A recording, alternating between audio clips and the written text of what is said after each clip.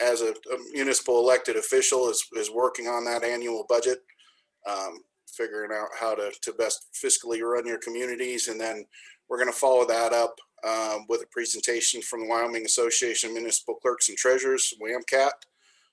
You may hear them referred to as. So they're an excellent organization. We work with them very, very closely as WAM, and they're going to explain a little bit what it is that clerk treasurers do. I very much consider them the glue that holds their communities together, especially the smaller communities. A lot of times they're sort of the CEO, but they can definitely be a huge benefit to you as elected officials, as a resource, as well as I think it's a good opportunity for you to get a little bit of background into what it is that they do, because you don't witness a lot of that if you know, when you come in for your council meetings and those kinds of things. So I think that'll be a good intro as well. So, but with that, I will let Joe take it away. Thanks, Justin. And as Justin just said, we're going to be talking today about the municipal budget.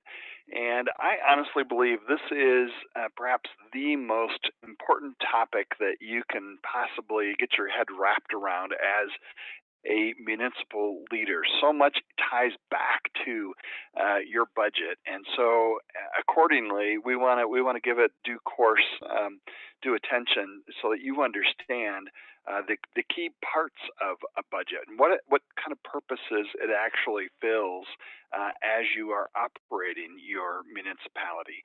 Most of you probably anticipate correctly that there are some guidelines and some legal boundaries that you need to comply with when you develop your budget. And so we're going to talk about those and how they're different from community to community.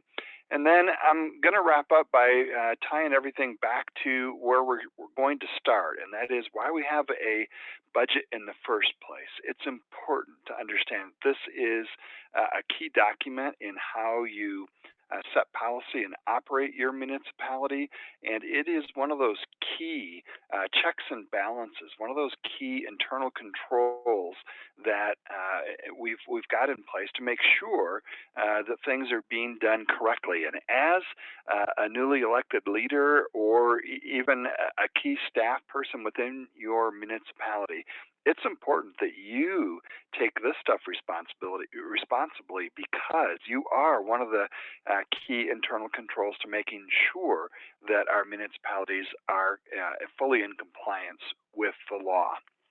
Now, as I do with all of our webinars, I want to start by pointing you to what Wyoming statutes have to say about this topic. And in particular, I want you to take a look at Title 16. In Chapter 4, you will find the Uniform Municipal Fiscal Procedures Act.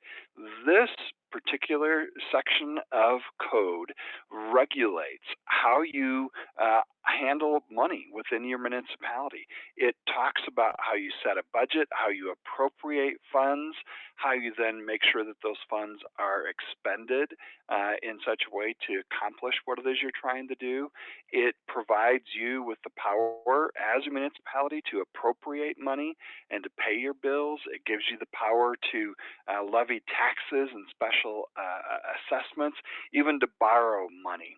And so for most of you, you should keep an eye on the Uniform Municipal Fiscal Procedures Act. It's a requirement if you are a city. But I would suggest that even if you're not yet a city, if you have one of those towns that are a population under 2,000, even though the Municipal Fiscal Procedures Act isn't required of you, I would tell you that that's where the best practices are. Learn how to do these things the way that cities do it, and you'll be getting it right. Now, the rest of Title 16 and actually Title 15 as well is where you're going to find the other statutes about your powers within the municipality, and those do include discussions about finance. And so I don't want to mislead you. There are other statutes that are applicable here, but the main one is that Uniform Municipal Fiscal Procedures Act.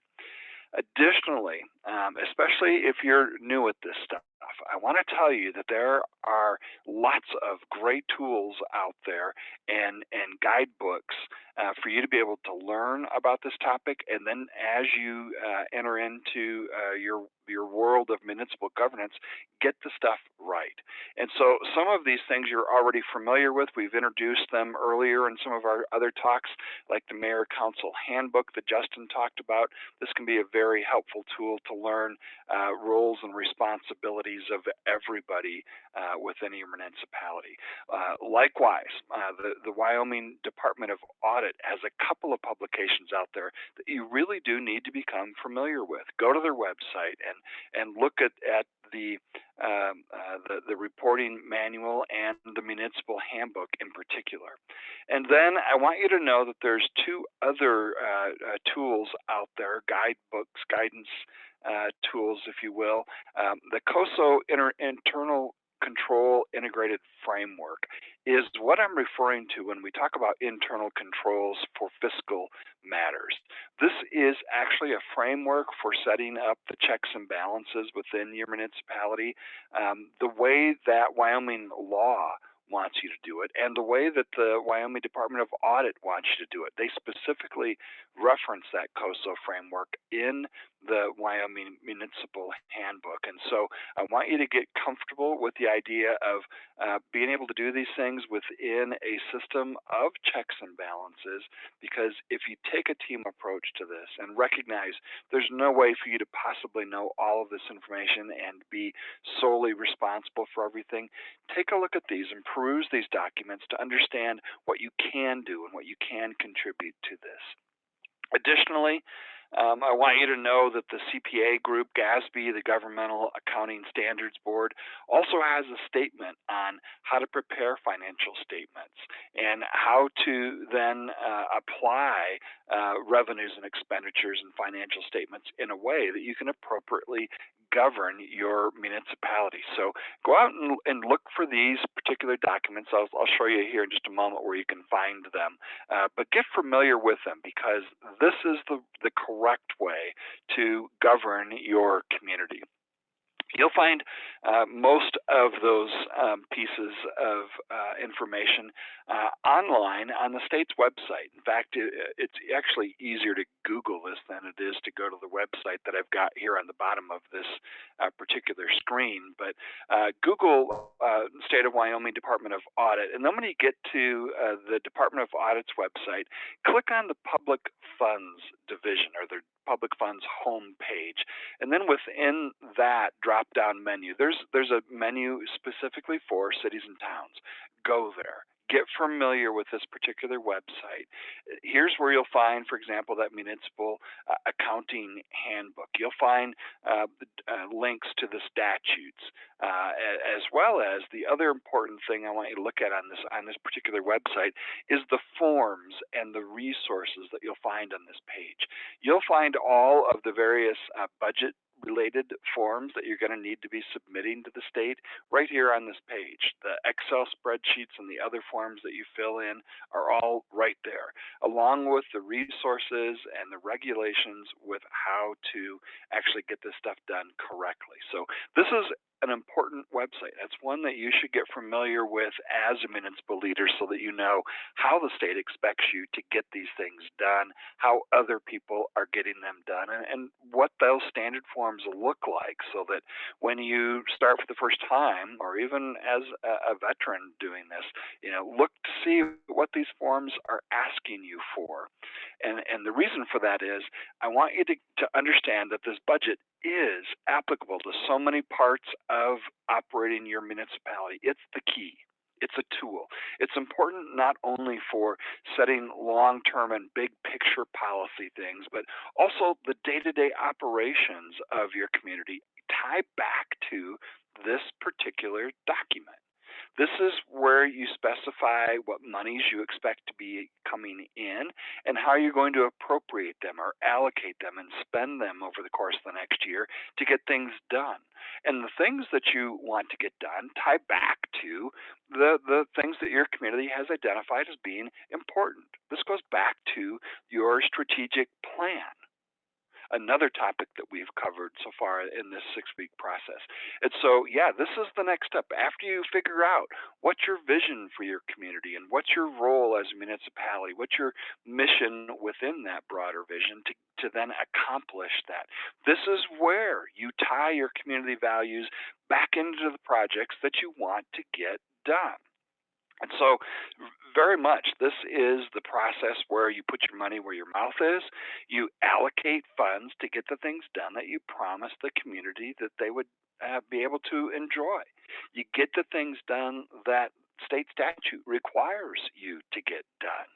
And so, as you do that, as a community leader, not only are you using this document to tie your strategic plan to actual spending, but you're also striking that balance between what can we really afford. I know our community wants, the Rolls Royce version of this particular project, but the reality is we can afford a GM product, and so that's what we're going to budget for to get this particular project done this year. And so this budget, this document, I should say, ties together so many of the other planning efforts that you've made in your community, and it really is where the rubber meets the road, where you're spending actual money to get real things done. And so on its face, a budget is nothing more than just here's the money we expect to be coming in, and here's how we're going to spend it. But if you think it through and follow through this process that I'm laying out for you appropriately, then you're going to be giving adequate thought to all of the purposes behind that budget. You'll be thinking about your overall direction financially and what you're trying to get done operationally. Some of the stuff that you need to budget for is really the basics of what your community does. Additionally, this is where you then start to tie your policy and your strategic plan directly to spending. And if you do this correctly, if you prepare your budget in a clear manner, one that has enough narrative to it that people can actually understand what you're doing and why, you can use this as a marketing document to get people excited about what your community is doing. And then you can also use it for these last couple of purposes, primarily for accountability. Your budget should allocate funds, by program, by project, by department, whatever, over a period of time based on your plan. You should, over that period of time, be able to go back and look to see, did we have enough money? Are we getting the right things done correctly, efficiently? Are we being effective? And again, done correctly, transparently, this is a tool that then allows you to be held accountable, not just to taxpayers, but to your whole team on the municipality. You want to make sure that everybody is pulling their own weight there and everybody's doing their own thing. Budgets are a great way to figure out financially, in a very tangible way, are we getting the job done that the taxpayers asked us to do? And so understand that all of those kind of purposes are being wrapped up into this one planning document. So if you want it to be successful, and I would hope that you do, keep these 3 tips in mind. In fact, these are the same 3 things you've probably noticed that I talk about for virtually every one of our governance discussions. Be transparent. We're governmental entities. This is not our company. It's not our corporation. It's not our stuff. It's not our money. We have a trust relationship with the people that put us in this position of authority. So let's be very transparent about what we're doing with their money in their community. Yes, we want it to be ours too, but as community members, we don't get to exercise any right of ownership over the things that we're handling on behalf of our municipality. And a key part of being transparent is to be clear when you communicate. Let people know what you're doing, why. Let them know what these purposes behind the budget are. Let them know how, that you're trying to tie together community input from the strategic plan to actual expenditures of funds, and that this is being done strategically, that you're not just rubber stamping what one person on the council, the mayor, or maybe your city manager is saying, but rather we're talking about these things and tying our funds directly to the things that our community wants to be done. That's how you have a successful budget, by talking about it openly, transparently, and doing so in a manner that everyone can participate in effectively. And you do want that. You do want that kind of a budget process where you initially start with your strategic plan. Everything ties back to that. What is your vision? Every dollar that you spend, every minute that your staff spends working on something should tie back to something that you said needed to be done in your strategic plan. And so tie your budget expenditures back to those goals that you developed when you created the strategic plan, and understand that this very process of allocating money, or more formally what I will call appropriation of public funds, that's a big step in really making your plans come to reality, and putting them into play. And so because it's a big step, you need to be having public hearings on this stuff. And there are specific statutes that say when you need to do these public hearings so that people can weigh in prior to the adoption of your budget. And there are some short timelines involved here. So oftentimes budgets get adopted under what we previously discussed as an emergency ordinance, or even by resolution. And it's got that emergency tag on it only because the timelines for passing a budget happen so quickly in such a condensed period of time at the end of your fiscal year that the state says, you're not going to have enough time to do a typical 3 reading ordinance. And so you do it by emergency ordinance. But this is the process where you're really setting aside real dollars, you're appropriating funds in order to get things done. And so you want this to be open to the public. You want the numbers that are included in this budget to be openly discussed and understood, because going forward, they're going to be used also as the basis for evaluating how the municipality is doing, whether or not you're getting things done as expected. And so understand that because we're talking about a budget, sometimes we take this attitude that all ventures should be run like a business. And sometimes we extend that thinking even to governmental operations. And there are some key differences that I need you to understand. Differences between spending government funds versus private or even commercial corporate funds. And one of the key things is the terminology that we use. When we talk about appropriation, that is actually an act that takes place when you adopt your budget. When you adopt your budget, you're designating or appropriating money to cover the expenses that are identified in that budget for the next year. And so where the money's coming from, we call that revenue. When we go through the process of then allocating it to be spent, that is the appropriation. You can only appropriate revenues that you reasonably believe are going to be coming in for the period of time that you're doing your budget. Typically, that's a 1-year period. And so there is a connection between the two, but they don't mean the same thing. Revenue is not necessarily something that you can spend just because it came in. It's got to be estimated first, and then your budget just appropriates some or all of that estimated revenue. And so that's what we're talking about when we move into an appropriation. There are limits. Unlike your private checkbook, or if you own a corporation, your corporate checkbook, you don't have any limits necessarily on the amounts that you spend. As long as you don't bounce your checks, you can do what you want. Well, statutorily, we have put limits in place on what you can appropriate as a municipality. First and foremost, you've got to present a balanced budget. You cannot appropriate money that you don't reasonably expect is going to come in. In other words, you've got to do some estimating of what your revenues are expected to be, and they need to be reasonable estimates. And we'll get into this a little bit more in just a moment, but I'll tell you that WAM does a great job estimating, for different types of revenue, city by city, town by town, how much you can estimate for the next fiscal year. And so you've got to keep your spending limited to what you reasonably think is actually going to be coming in. I want you to understand also that when you develop a budget, it's not necessarily chiseled in stone, but it's pretty firm. You don't want to go in and change it every month. You want there to be a big reason for you to have to be able to change your budget. And so what you're doing is you're creating a document that'll be a guiding document for the next year or so, and you don't want it to be changing. So you want to be reasonably confident in the numbers that you've got there. You also need to understand that at the end of that year, unlike revenue that might still be sitting left over in your checking account, appropriations end. They lapse.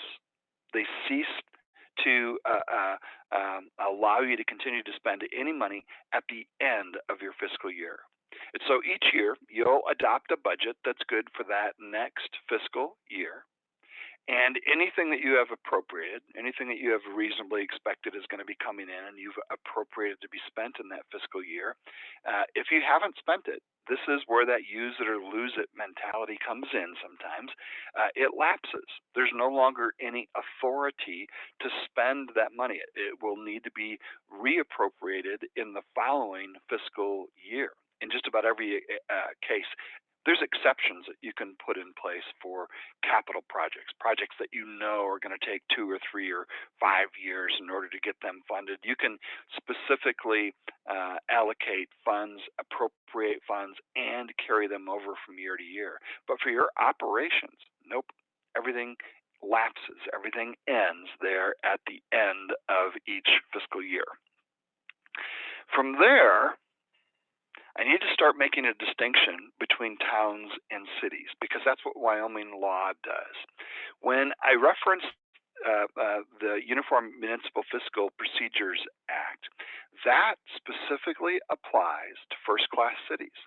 And you'll recall that first-class cities are municipalities in Wyoming that have a population greater than 4,000 residents. If you're smaller than that, you're a town.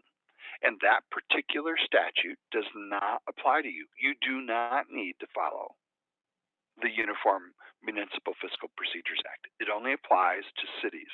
Now, as I said, it's still a great way to get familiar with that and to be moving toward following those same rules. But by law, you're not, as a town, required to follow the same rules as the larger cities do. And so pay attention to those differences. First class cities must adhere to the Uniform Municipal Fiscal Procedures Act. Towns don't.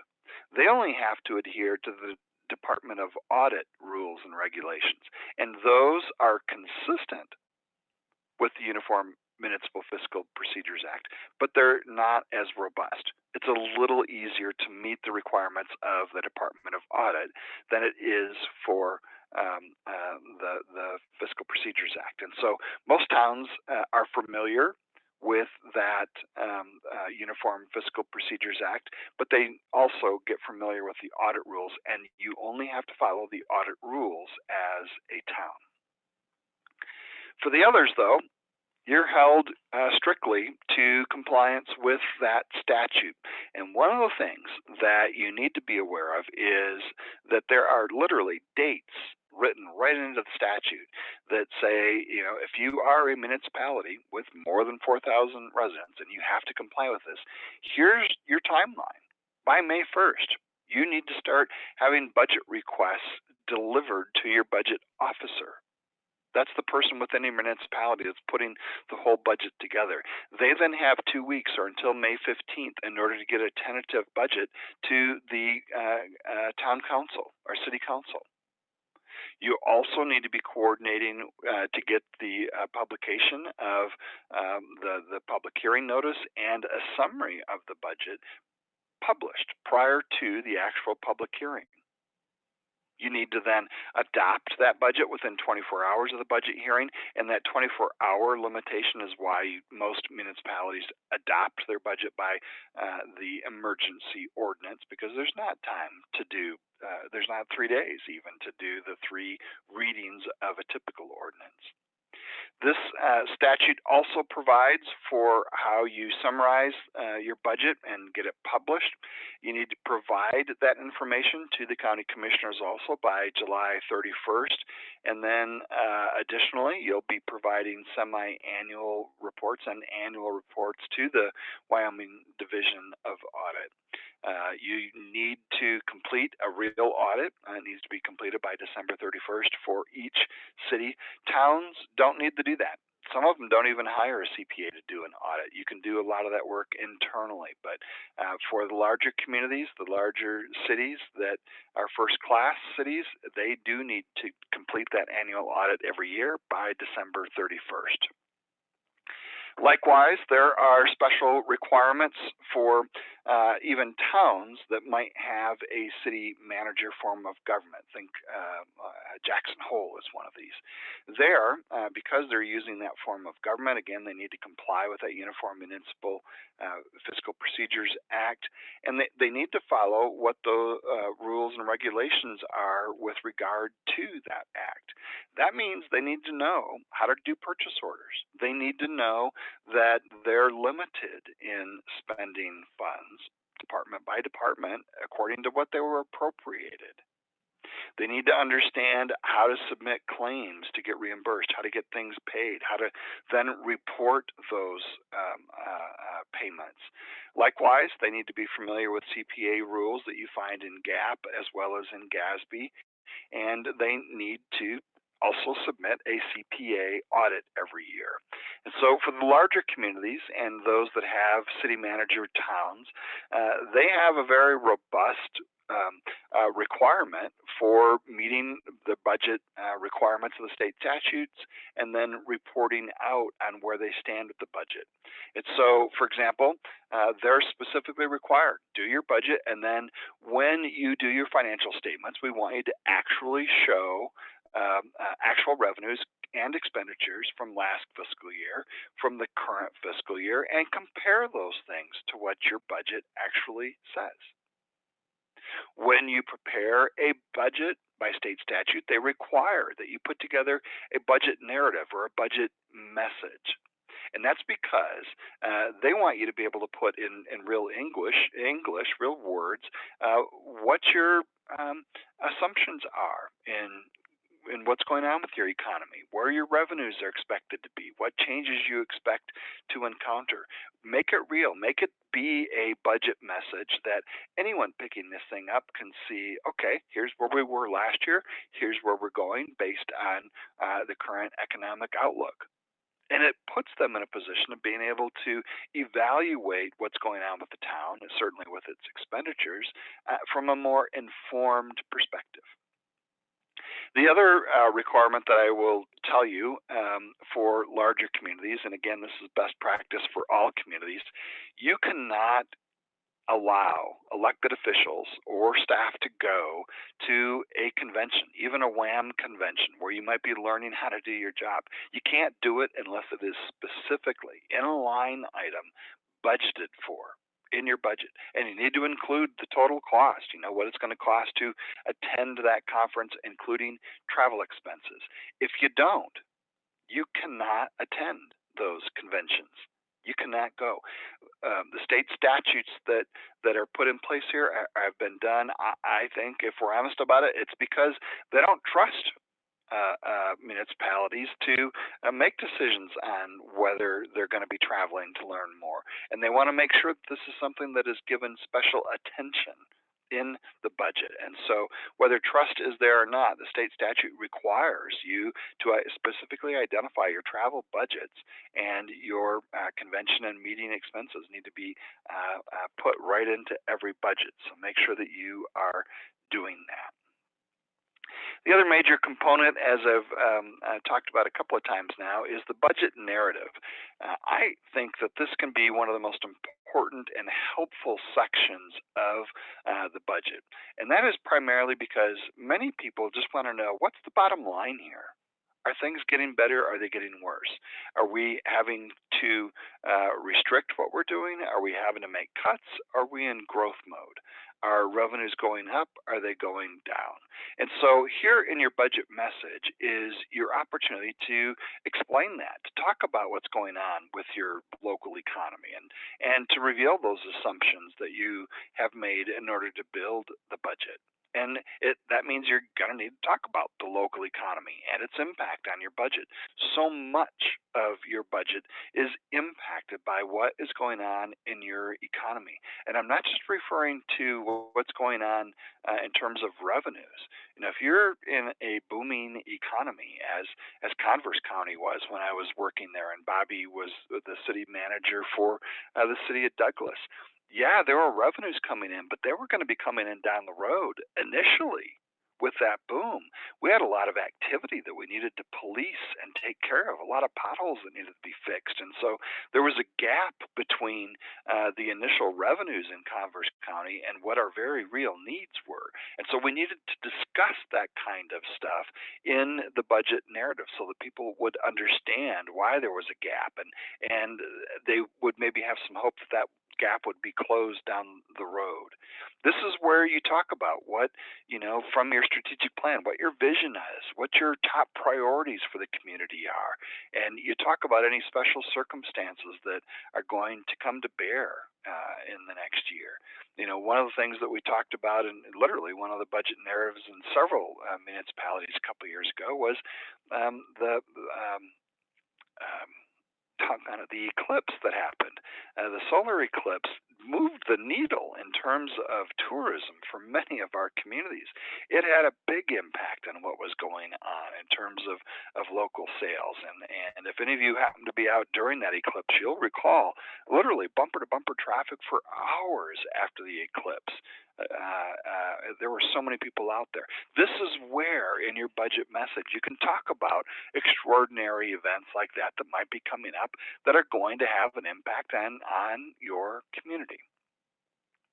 All right, the budget summary needs to be published 1 week prior to your budget hearing, and it really can be summarized. You don't need to put down detail here. This is where you can include things like, what your overall budget amount is, and maybe some of the broad swipes of broad brush painting of where you're going to be spending the funds for your particular budget. It needs to be enough that people know, they're considering the annual budget at this public hearing. If I want to go to it, I can go to it. Here is where it's published. You need to publish it once in a newspaper of general circulation, or post it in 3 conspicuous places. And I'll postpone for now the discussion about hearing notices and publication. This is a topic that's currently being discussed in our legislature, but for now, this is the way that it reads. If you're a smaller community, if you're a town under 4,000, you do not need to hold that public hearing. I would strongly suggest it's still good practice to do that, to ask citizens what they think before you appropriate their money to get things done. And so get in the habit of having and hosting these public hearings and making sure that you do get adequate public input so that you can be confident. Yeah, we got this done based on what people in our community really want to get done. Okay, those are the requirements for the larger cities, the first-class cities, those municipalities that have a population greater than 4,000 residents.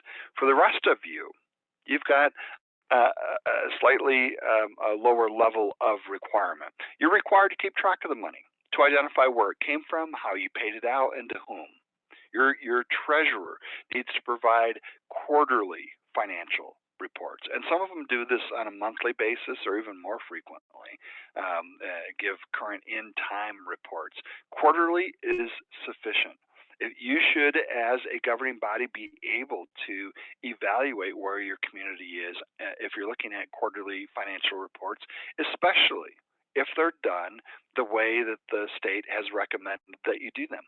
And that is, you look at where you were with the same expenditures last year, you look at where you expected to be in terms of your budget, and you look to see where you actually are. And so those are the requirements that you have for towns. You do still need to publish the summary of the budget and then your actual receipts and expenditures at the end of each fiscal year. And you can choose to have a CPA audit, but you're not required to do so. I will warn you that the federal government can also trigger a requirement for an audit, and I think the threshold now is at $750,000. If you receive more than $750,000 in any one fiscal year, federal fiscal year, then you are required to provide a single audit to the federal government to show that you did adequately keep track of the money and spend it according to the way that you had told them you would spend that money. And so a slightly easier way to meet this requirement for towns than there is for cities. And here again, I would direct you back to the Department of Audit website and look at their forms. When you do the budget, it's got to be in a form acceptable to them. In fact, they've set these things up now with Excel spreadsheets that you literally can just upload these right directly into the public funds division of the Department of Audit. So use their spreadsheets. They've got those set up, and along with guidance on how to work through them and what numbers go where and how to pull that together. There's no specified procedure that you need to follow like there is for cities, but I would strongly recommend that you go through this annual appropriation process and that you get that approved during the last quarter of each fiscal year. And so that last quarter starts here pretty darn quick.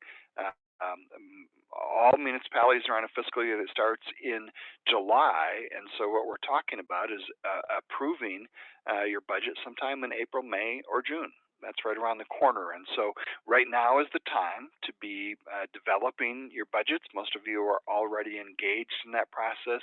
If not, you got a little catch up to do so that you can get started on this process. I would make sure that you are taking a hard look at what revenues have been in the past, what WAM and others are estimating your revenues are going to be in the future. Take a look at what you've actually spent in the past, and whenever possible, I think it's helpful to look not just at the previous year, but previous years of expenditures, so that you can start to look at trends and understand, why there may be, exceptions from year to year. Was there a new project or a new staff requirement, or understand, how things have been done in the past, and that when you want to change them in the future, it's going to take more money or less money if you're making cuts to do so. So use your past experience to guide how you budget in the future. It's an effective way, a stable way to plan for your community. Understand that you still need to appropriate funds, even in the smaller towns. You still need to pass an ordinance to do that. Many towns do not use an emergency ordinance to do it. They take their time and develop it because they don't have that time crunch that is that is triggered by the public hearing requirements that cities have to do.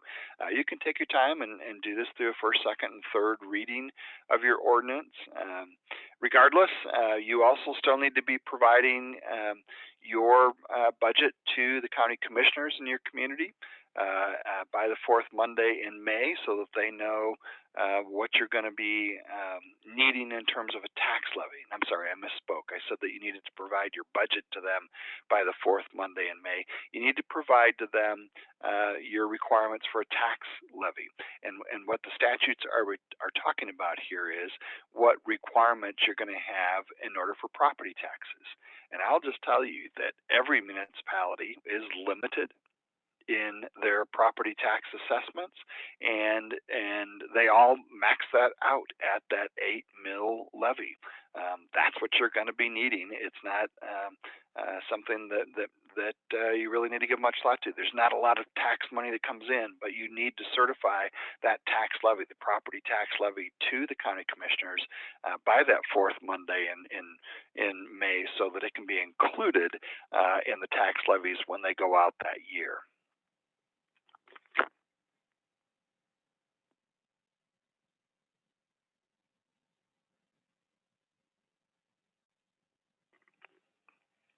Sorry, one second.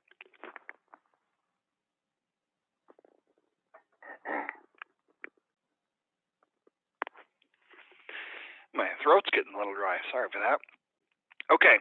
Earlier, I referenced differences between governmental accounting and business accounting. And this is a second area that's important for you to understand. Normally, when you've got a business, you take all of the income, put it into the general ledger, and as you spend it, you expense it out of that general ledger. In the government world, we use something slightly different, and it breaks down that ledger into different components. It's called fund accounting. And what we're basically doing is, instead of using one big general ledger, is that we break it up into groups and different funds. And each of those funds is a group of accounts that needs to be separated and balanced separately from the rest of the entities. In other words, we need to be able to earmark dollars for specific purposes in a fund and make sure that that's all that they get used for, that we're not moving funds around within that general ledger. And so we have a series of funds that we use in this fund accounting system within every municipality. And while we still do have a general fund within those types of funds, there are a lot of other ones as well. And I need you to be familiar with them, because you need to address each of these in your budget. So general funds, special revenue funds, debt service funds, capital projects, special assessments, enterprise funds are a big one that we'll talk about, trust and agency funds, intergovernmental funds. All of these are different essentially accounts that you need to be keeping track of separately as well as collectively together. So this kind of fund accounting is a big difference from most business accounting and the way that most people even operate, their homes out of just a single account. And so let's touch on what some of those different accounts might do and why you might want to separate them from one another. Starting with the general fund, this is where you fund most of your general operations. This is where you put the accounts and the revenue and expenditures for your day-to-day stuff. Most of your staff is going to be included in your general fund. The majority of your activity comes out of your general fund activities. When you break these down, you want to make sure that you include all of your different sources in your general fund, but you do set this up separately in the way that I talked about earlier for your financial statements, where you'll create a fund. You'll start with revenues, and you'll identify, here's what we previously had expended, here's what our current year budget is. Maybe you've amended that, and so you might add a column for amended budgets there and include whatever your future approved budget is. This is where you start to look at all of these different funds and add them up to get to a total. Enterprise funds are probably the second most significant type of fund that you'll use as a municipality. And you've heard of them. Enterprise funds typically are thought of as almost like a standalone entity. You may have a water enterprise fund that keeps track of all of the revenues that water users send in every month, as well as expenditures for capital improvements and operations and all of that. Basically, what we want to be able to do with an enterprise fund is to have essentially a standalone operation that we can completely understand. It typically can be completely funded, self-funded on its own. It stands on its own as a standalone sort of service. And so you would create an enterprise fund for your water, for your wastewater or your sewer projects or sanitation projects. Your landfill typically is operated as a standalone enterprise fund. Some communities also generate electricity. I don't know if they still do it, but I know Torrington used to generate their own electricity, and they would operate that as a standalone enterprise fund. It can include other kinds of services.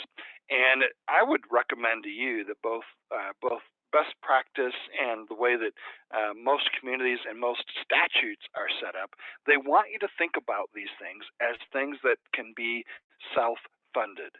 They're standalone funded. These are projects or enterprises that can be supported by the fees that they generate on their own. The guiding principle here is that they're self-sufficient, and that when we're talking about an enterprise fund, we're talking about maybe a group of activities that generates enough revenue to pay its own operations, to pay its own costs, and to cover the need for future capital improvements. And so when we talk about enterprise funds, we also need to be talking about the rates. And this is where many municipalities run into some trouble with trying to figure out how do we charge the right amount for water. And if we do charge the right amount for water using this life cycle cost analysis, our residents freak out. It's too high. They identify some other municipality that's able to do supposedly the same thing for a lot less money. Well, let me give you the truth here. The reality is enterprise rates should be set at a point where they follow the guiding principle of self-sufficiency. You should be charging your water users enough to make sure that that water system is always going to be there for them. It needs to be able to get enough money into it that you can continue to make capital improvements, you can continue to provide clean water to these folks, and the water itself can still be acquired. And so when we look at setting enterprise fund rates, many times, we need to start all the way back from when we started spending money on capital expenditures. How much did we spend? Let me use a landfill, for example, to buy the land and to start getting the equipment out there to be able to operate a landfill. How much does it cost to then maintain it, to have somebody out there every day to unlock the gate and let folks come in and dump stuff and then to cover it appropriately? How are our operations going? Have they changed? And landfills in particular, our operations and maintenance are a couple of the areas where the costs have gone sky high, because the EPA and others are now requiring us to put liners in landfills in order to set the fee high enough to pay for that liner. We essentially have to price ourselves out of business. And that's why many landfills are closing and shifting to a regional model. They're no longer able to generate enough revenue to be self-sufficient. And so for some of these things, we start to look then at, are there any salvage opportunities here? Cheyenne or Laramie County, I'm not sure which, has done this, but they've figured out a way to be able to generate additional revenues from their landfill by a company that's capturing burnable gas and generating electricity, generating power out of their landfill. So additionally, you then look at all the different types of charges that can be considered when you look at the full life cycle cost of anything. when we talk about a customer service charge, that might be something that gets charged to every single customer, regardless of how much water they may buy, or regardless of how many times they use the landfill. And that actually is something that some communities have looked at, for example, to continue to impose a customer service charge for, say, water, even when the water is shut off, because you're still providing a very real infrastructure out in the front of that landowner's property that you could, just by flipping a switch or turning a valve, be able to be providing water to them. And so some communities are looking at charging a water availability service charge here. A demand charge might be an additional cost based on when people are demanding that electricity or that water or whatever that might be. And then a commodity charge might be, how much per gallon or per thousand or million gallons are you actually charging your customers for the volume of the commodity that they're using. You can take all of those things into consideration when you're setting your fund rates.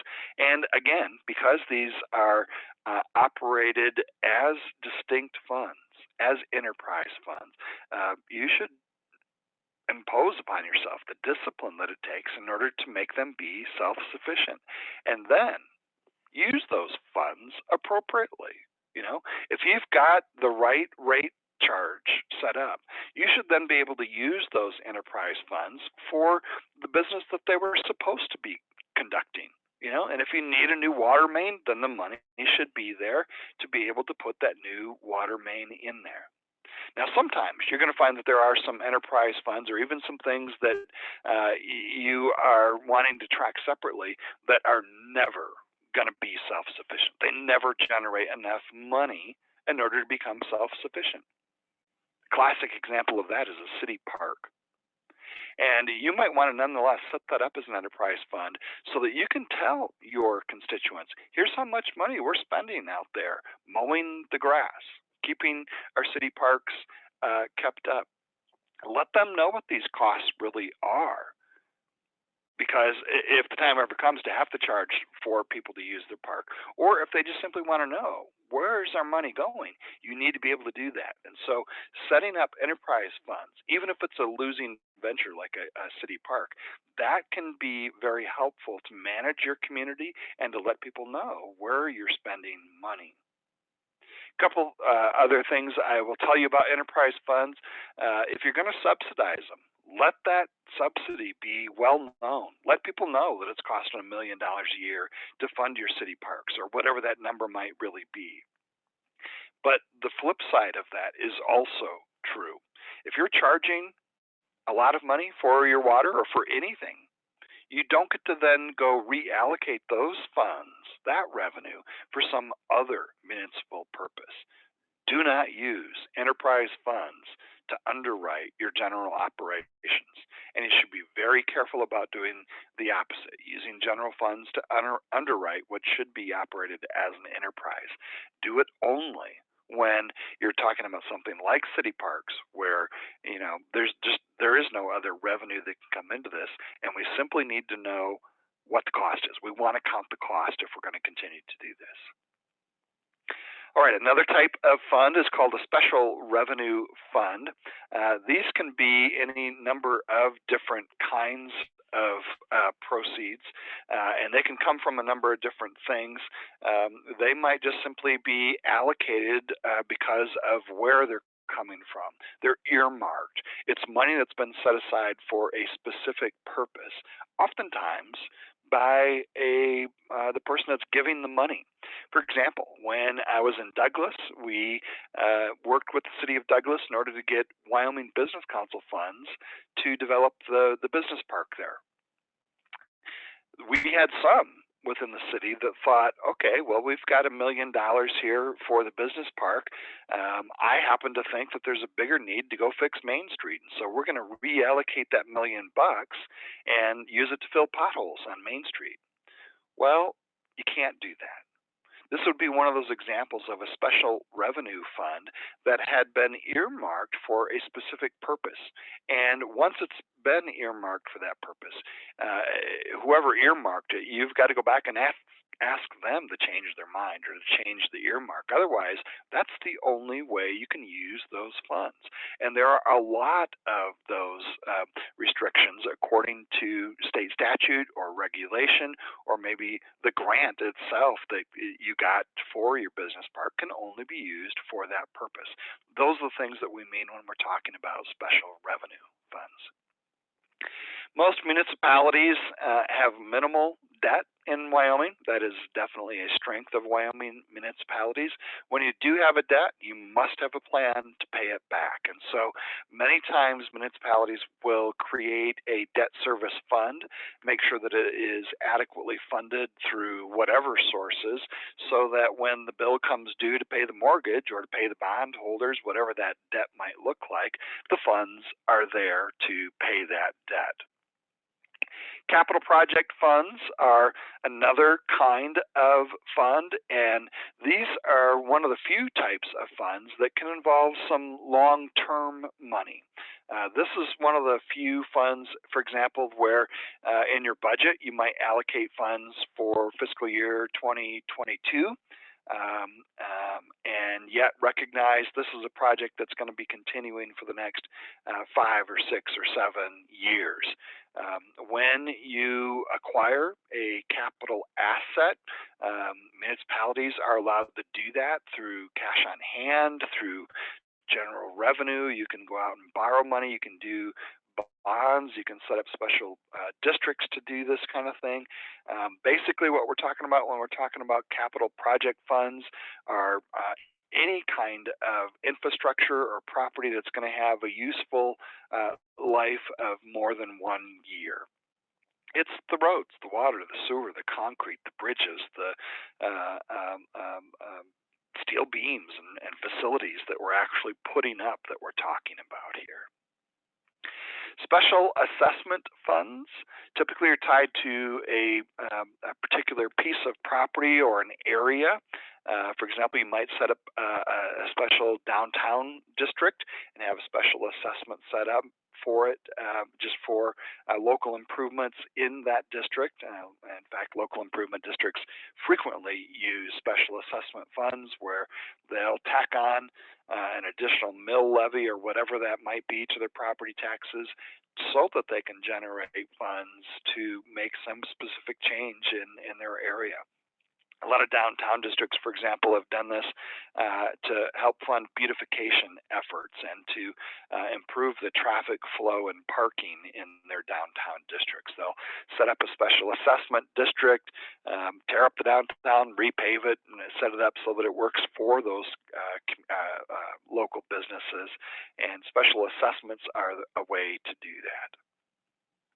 As a municipality, you will also occasionally receive funds from private citizens or even social groups that are out there that may want to make a contribution to the community, or in this instance, put something up in terms of a city park. Oftentimes, you don't have to accept those gifts if you think it's something that's going to actually hurt your community by creating an expense that doesn't have any way to be paid other than to be a burden to the community. You can refuse such gifts. But oftentimes when they are accepted, they come with some strings, whether it's a federal grant or a wealthy resident that has decided, I want to give your community a gazebo for the down park. And I don't care how you use it. I just want to make sure that you will take care of it. So I'm going to give you money to build this gazebo and to set up a perpetual care fund so that you can make sure that it is kept in good working condition. It's my gift to the community to pay back. And so whatever those terms and conditions were, you need to honor those. If it was given to the city and accepted by the city and any kind of a trust or an agency relationship was set up, you need to use those funds for that purpose.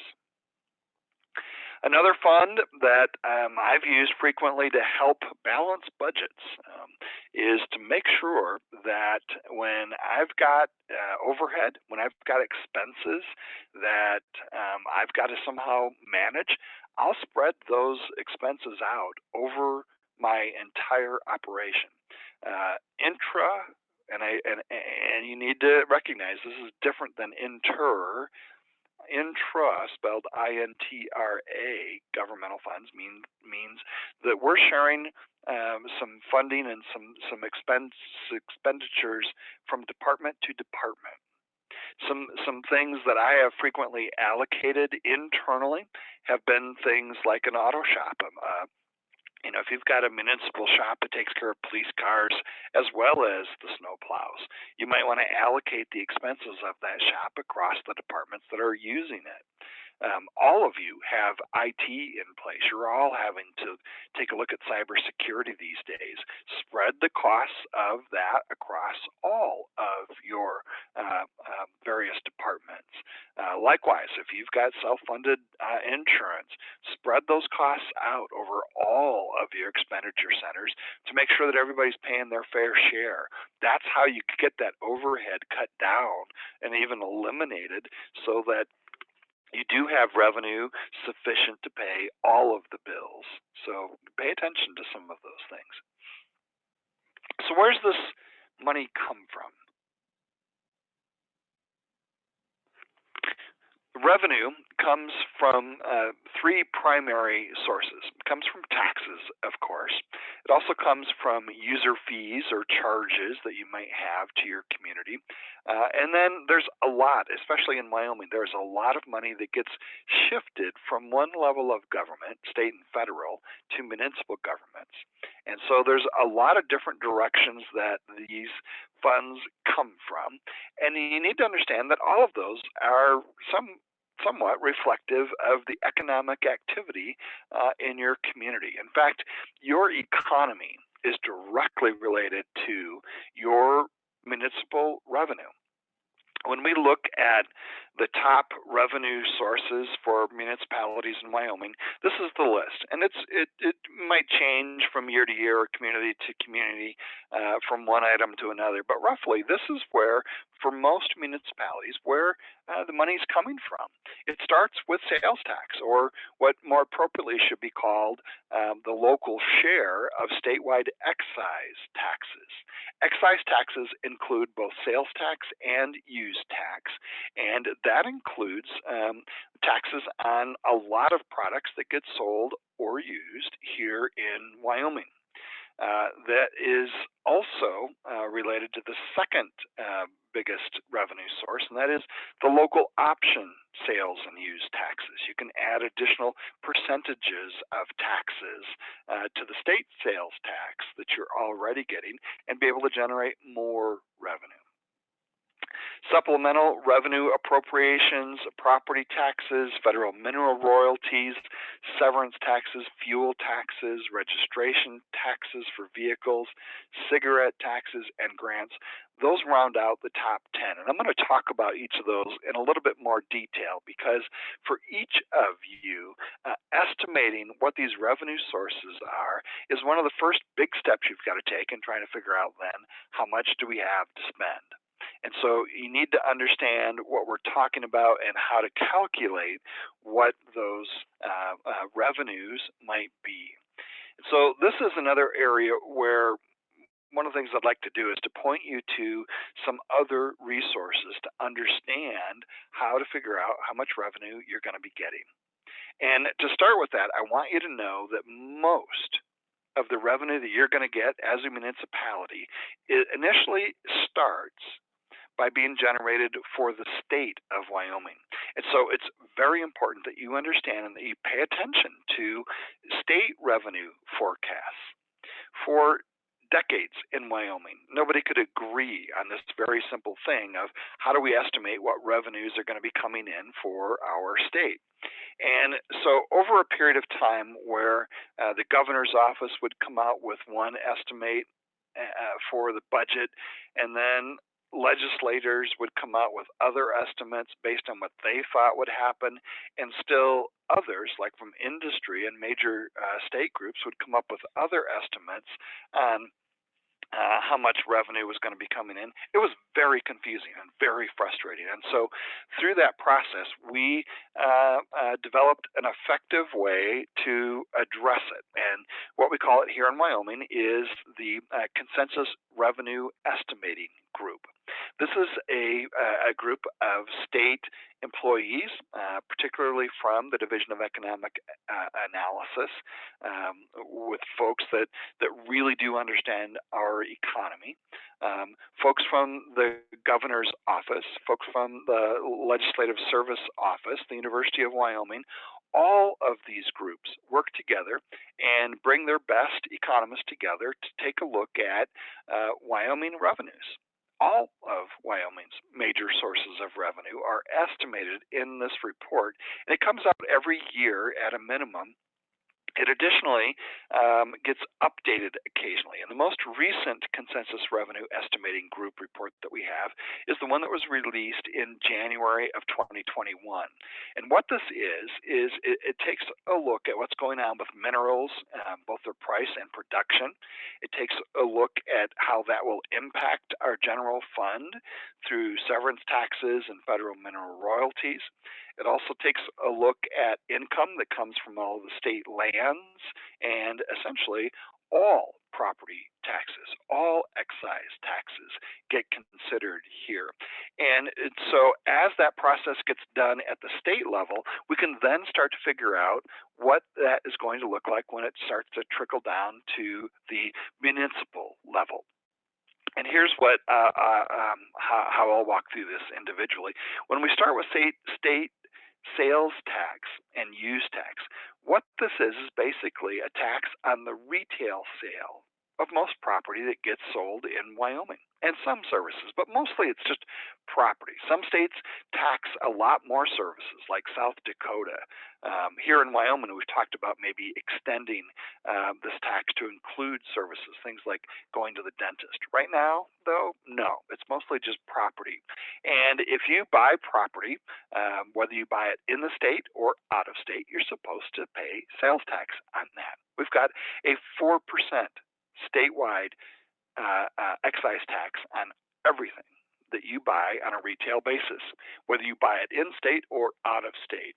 Some of you have noticed this most recent year with COVID, with many people now starting to purchase things online. We've seen state sales tax just surge through online sales. People are shopping online, and now because of a change in federal law and in federal case law in particular, we are now able to collect taxes on lots of online purchases. And so many of you aren't as bad off as you thought you would be through COVID, and that's because many people are shopping through Amazon and other places where those funds are being collected now and turned over to the state. So this very most important tax is 4% statewide sales tax. That's the statewide tax that gets charged, 4% on every purchase. A portion of that 4% then gets redistributed to cities and towns. In total, they get almost 31% of 4% back. And so those tax revenues are distributed back to wherever they were collected, whatever county they were collected in, and get distributed according to population to the local governments. And so when you get funds from the state, from excise tax collections, what that is a percentage of the statewide 4% sales tax amount. It can be a very volatile amount from month to month and from industry to industry. And so I would strongly recommend that when you do your budgeting, you take a look at where your tax revenues have been in the past. And if you are heavily dominated by one or more industries, get familiar with your local economy and understand what those trends are looking like. While the tax revenues from online shopping is going through the roof these days. If you're dependent on mining in your community, or in particular, or even more specifically, oil and gas, we've seen a huge drop off of that activity um, since COVID. And so, your local economy has a lot to do with how much money you're generating and which industries it's coming from. So, get familiar with your local economy. Literally, go to the Department of Revenue, look at their distribution reports, and understand that for your county, these are what your numbers might be. All of the major sectors are identified in a one-page report that you can get for your county. You can also get more detailed reports to drill down to determine, which minor industries are included, within that whole retail trade. Which retailers are doing well here.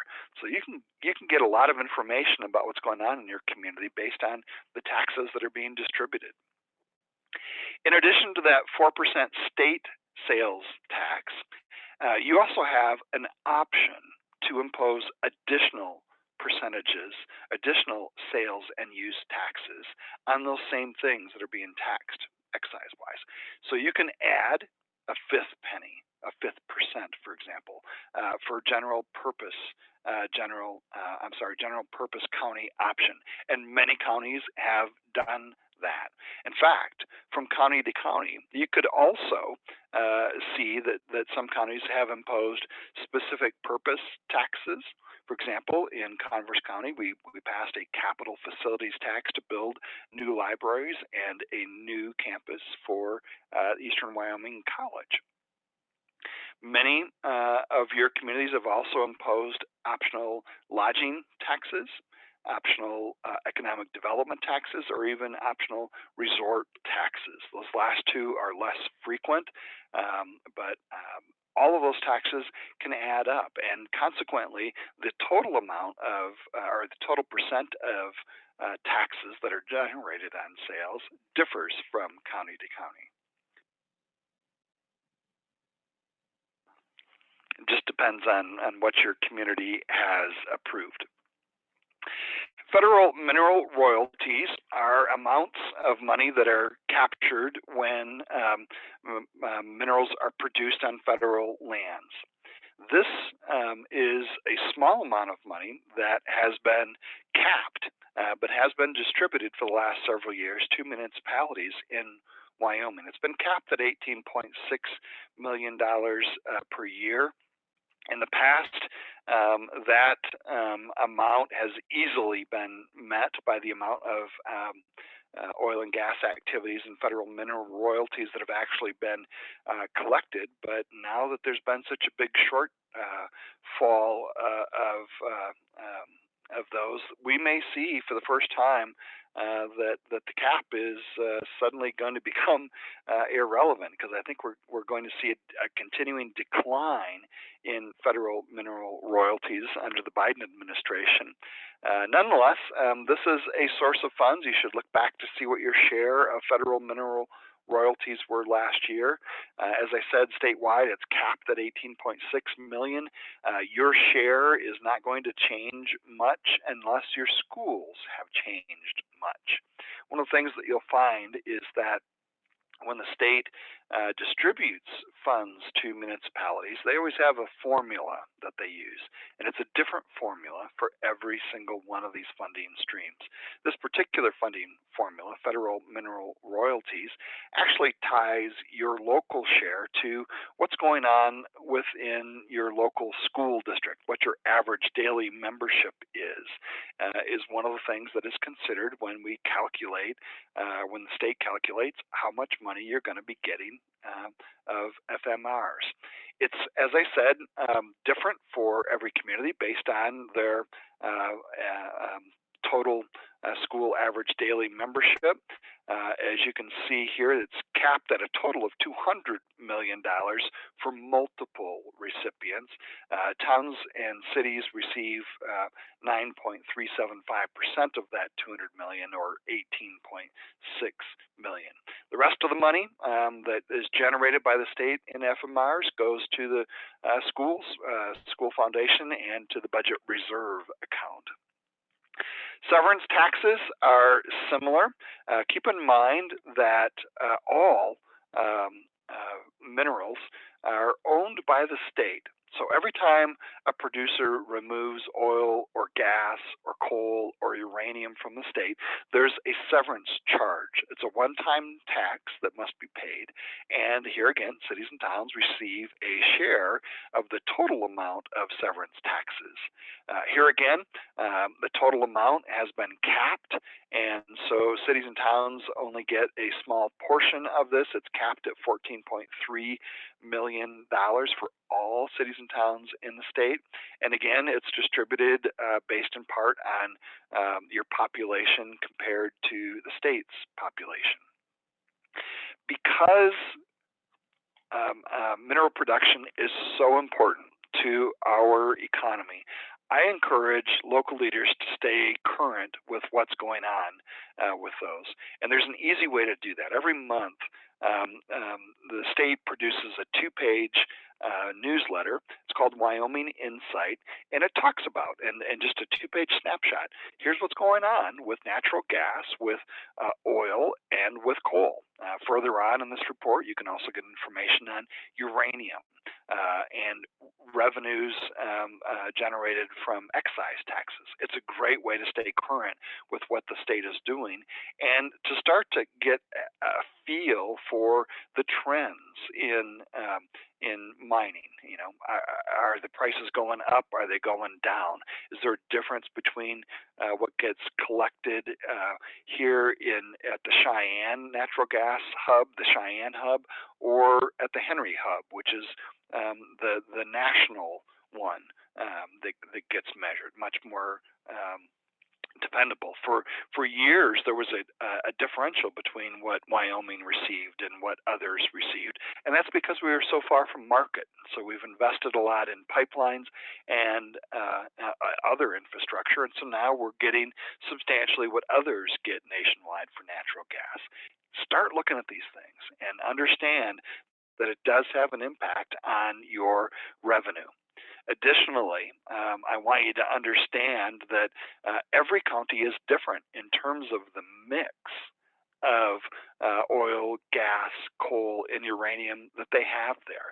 And that gets taken into consideration when these funds get distributed to you.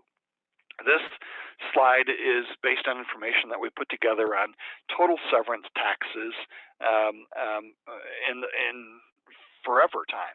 We started this chart back when Wyoming became a state, and back then there were no severance taxes. But since 1968, there have been severance taxes, and they've been collected on oil and gas and coal for quite some time. Oil is shown here in the dark blue.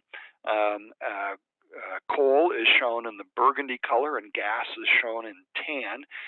If you could see it, there's also some green in these charts that indicate other minerals, but they're irrelevant compared to what you can see here. The only place that other minerals really become relevant, or if you look at Sweetwater County, the green there is much more significant. That's Trona. But every one of these counties has a different mix, and each one of these bars is a different year, starting in 1968 through 2024. We've actually got some forecasts built in here, and you can see that the timing of when there were booms and busts is very different. If you compare Hot Springs County with Laramie County, even though they both are dominated by oil production, the timing and the discovery of the oil is so different from those two counties that the pattern is completely different. And what you're seeing in Laramie County is one that has not enjoyed traditional oil development, but rather development that came just with fracking. And so there are differences when you start to look at these things. Supplemental legislative direct distributions are another major funding source for municipalities. The last couple of years, we've seen that number go down. For the last fiscal year, $105 million was allocated and appropriated for local governments. That was put into the governor's budget at a reduced amount this year. And appropriations and others are talking about further reducing that amount. And if we've got time at the end, Justin, I would like you to maybe weigh in on where we are with that. But we're likely looking at some percentage of that $105 million. The legislature looks at this as a goodwill gesture, one that's not required. But one that allows them to support local municipalities. Some of them seem angry that it's been used for ongoing operations and that there's now an expectation that it'll be funded. And they're frustrated by that. The reality is these are critically needed funds. And so staying on top of what's going on with your legislature is important. Likewise, you will be getting revenues from gasoline taxes. Towns and cities get a small percentage of the 23 cents per gallon tax that's being charged statewide. You don't get it all, you get a portion of it, and it's based on where that gas is actually sold. Special fuels taxes or diesel taxes are distributed very similarly, where you get a portion as a town and city. You get a portion of the tax that was collected out of the pumps there in your community. Sin taxes are another revenue source for revenue for municipalities. You don't get much here. You get 12 cents per pack of cigarettes sold local governments. That's not much. The state collects a total of 60 cents, which is minuscule. We have one of the lowest cigarette taxes in the nation. 60 cents a pack is what we charge here in Wyoming. Some jurisdictions, in Chicago, for example, that is 10 times more. It's like $6 or $7 a pack in taxes in some jurisdictions.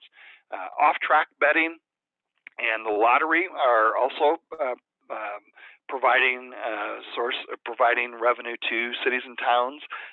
We're starting to get real money now from the Wyoming lottery. The first $6 million every year is allocated to local governments. Additionally, you've got the ability to generate your own funds there locally. You've got property taxes that I mentioned before, and municipalities are all capped at 8 mills. Property taxes just are not significant for most municipalities. It's a big deal for counties, and certainly a huge deal for schools, but not so much for municipalities. Franchise fees, those are collected when you have maybe Verizon come through town. Interest income, fines, forfeitures, business licenses, and so on. Each of these represent a smaller amount of revenue that you are able to generate. As I said, you're limited with property taxes to 8 mills. The legislature can change the assessment percentage, but right now it's 8 mills of mostly residential and commercial property. Residential is assessed at 9.5% of its value. Commercial property is assessed at only 11.5% of its value, and so there's lots of room there for additional taxing if the state legislature allows you to go there. This is really the only true municipal tax that you have, and most of you have already maxed it out at that 8 mills.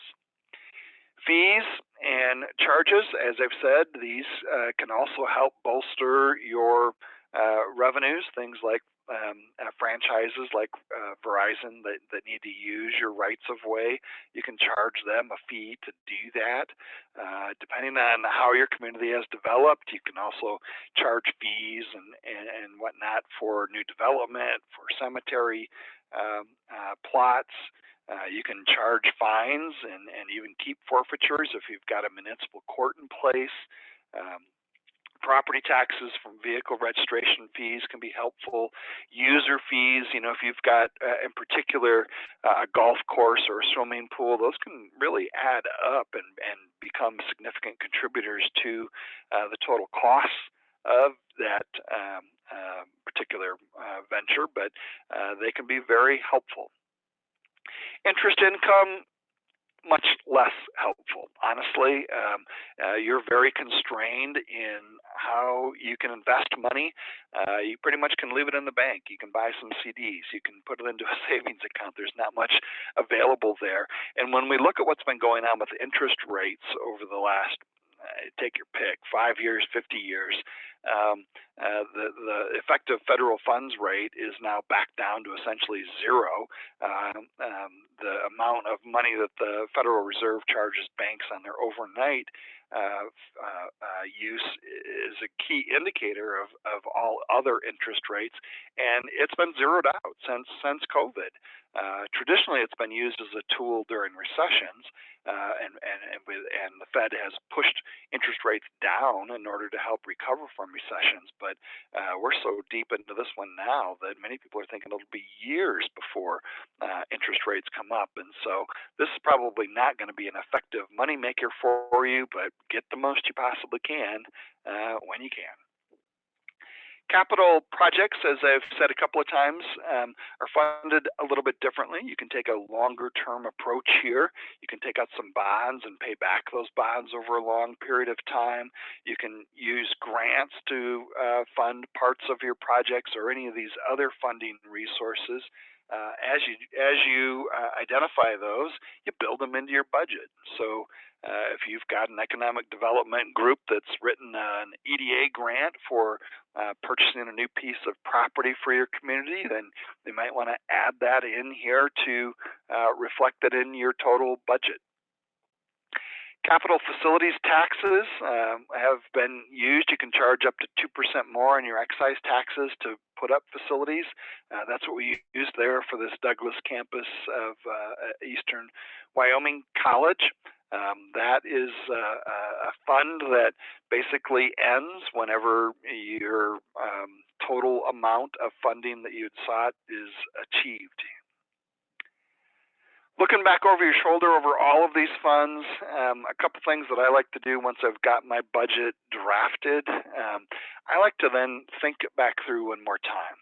Have I come up with a budget that is informative, is easy to read? Is the message, the narrative message, good? Can anybody really get a handle on what's going on in our community by reading it? And so does it include those big issues? Does it include a tie back to our strategic plan? Does it talk about and tie back to the goals that we had in our strategic plan? So before you deliver this thing, come to a full stop and make sure that you've checked all the boxes and done everything that you need to do there. One of the things that I encourage also after you've got a handle on what your overall budget could be is that you're probably going to need to go back through it and make sure that you have all the adjustments in place so that it balances. And one of the things that I like to do at this level is to develop a right size philosophy, to go back and look to determine how much money have I been spending on these particular core city services in the past. And is this something that I could be more effective at? And is it something I could become more efficient with? And so as you do your budgets, as you evaluate how much is enough, be thinking in terms of whether you're effective or not and whether you are efficient or not. And you can use these kind of diagrams to help you do this, but basically what you want to be doing is running a community where everything ends up in that top right column or top right box here. You want to be pursuing the right goals, not the wrong goals, and you want to be doing so efficiently with a high rate of return. You want to be doing everything you possibly can cost efficiently so that you're doing the right things at the right time for the right amount of money. And the reason that I want you to be thinking about right sizing everything you do is because that is a key step in now keeping yourself engaged in this budget process. Remember, as I told you, this is just a document. It's a guidance tool, something that you can use to help govern your community. You need to stay engaged now. And so use this document to continually be thinking about things like right sizing and making sure that you're holding your key staff people accountable. Ask them tough questions. And to do that, you're going to need to become more knowledgeable about this budget and about where the money's coming from and where it is going. And so fall back into, I hope, your naturally curious nature. You ran for office or you sought this job because you're a problem solver. The budget is one of the most important tools you can use, along with common sense, to make sure that you do stay engaged and that you're asking the right questions. Are we following the law? Did we follow, the budget hearing requirements? What are we trying to accomplish with this new program? Why do we think revenues are going in that particular direction? And so get yourself involved with the budget as a tool, but then keep yourself involved by asking these kinds of questions and recognizing that you are a key part of the checks and balances in our municipal system. You are one of those internal controls. And so however you think about this, whether you want to use that continual management approach of plan, do, check, act, where you develop a plan, you go out and you do it, and then you look back over your shoulder to see how things went, you make adjustments and act accordingly, or whether you're more disciplined and you look at long-term, annual, constant, and periodic reviews of this stuff. You want to recognize that this budget is not just a document that the state requires you to do, but it's the key to meeting all of these oversight duties, to make sure that you're paying attention to the long term, to make sure that you're paying attention to how we've done things in the past and how today's environment compares to what we've done in the past. And so keep yourself involved and understand that you have real oversight duties here. Take them seriously. Many of you have heard about the horror stories of municipalities and other local governments like Orange County that literally had to file bankruptcy because they didn't pay attention. They didn't do the budget correctly. And after their budget was done, they trusted other people to get it done for them, to make sure that it was accomplished accordingly. Very few people stepped up to take responsibility after Orange County failed. Thomas Riley was one of the few. And when I look at this guy's picture, I see my dad. I see someone who was trying to do the right thing, but didn't devote enough time that it took to get it done right. And so where others really tried to avoid responsibility, this guy was one of the few that stepped up and said, I wish I would have listened more. I wish I would have asked more questions, and I wish I would have trusted just a bit less. Put yourself in his shoes and recognize this is an awesome responsibility you're taking, and it's a complicated one. But by taking your job seriously and digging into this stuff thoroughly, you can avoid these kinds of problems and make sure that your community is doing things that you can be truly proud of. So I know I've covered a lot in the hour and a half that I've been allocated. I know many of you probably do have questions, and so Justin, let me bounce this back to you and see if you can help guide us through whatever questions have been asked.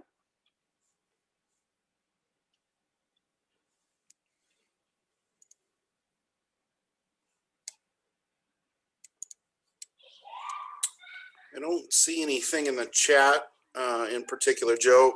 I know you asked kind of the status on the 105 on the direct distribution amount. That's been it's been an interesting journey so far this legislative session. The legislature appropriated the full 105 last year during the budget session. For those of you who aren't very familiar with how the legislature works, it's an every other year system. They meet every year, but every other year it's a budget session. It's mainly focused on budget. They try to limit the number of other bills that they consider. They have a 2/3 threshold for introduction of other bills, and they do generally consider less bills, and it's a shorter session too, just by number of days. We are technically in a general session this year. They normally would do a supplemental budget um, in these off years or in these every other years. Obviously, this particular year, that supplemental budget request from the governor and what they're considering is mostly centered around cuts because of the shortfall in revenues for the state, due in part from COVID, as well as shortfalls from mineral extraction industries. So pretty much across the board, most of your state agencies, and one of the biggest hills they're getting ready to climb is the education piece. Obviously, that's a huge expenditure for the state too. So, but as far as our part of it, the governor did recommend a 10% cut to that $105 million allocation. We argued in front of joint appropriations because the state operates on a biennial budget, and we operate on annual budgets. And the first half of that allocation was already going to be distributed. That the 10% he was suggesting would come just out of the second year of the biennial budget, so it would hit our members as a 20% cut to their next fiscal year, which we thought was pretty extreme, especially given that most of our communities have already cut their budgets anywhere from 15 to 35 to even 40% in a couple of extreme cases. So we argued that in front of joint appropriations. They cut it in half to 5%, which of course would still hit as a 10% cut, but more people thought that was reasonable or at least doable, kind of in the effort of everybody, trying to be team players a little bit with the state trying to reduce such a historic shortfall.